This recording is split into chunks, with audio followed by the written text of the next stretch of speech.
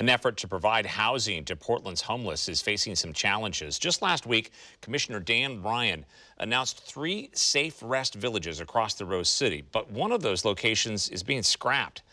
Fox 12's Drew Marine tells us why that location in Southeast Portland is not safe. The location being scrapped is the one here at Southeast 45th and Harney. The Bureau of Development Services says the area is prone to flooding and, quote, did not go through a floodplain review and should have. The other 2 safe rest locations are at the Menlo Park Park and Ride on Burnside and 122nd and at a Peabot property on Southwest Nadeau.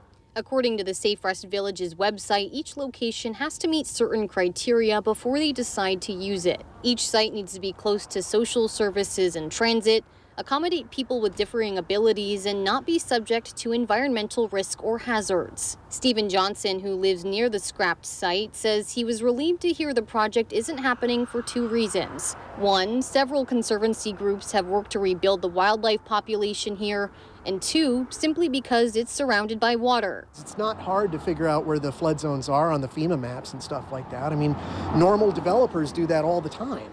Certainly, I can't even imagine what that would feel like if you were a resident at that village and you lose the home that you just got.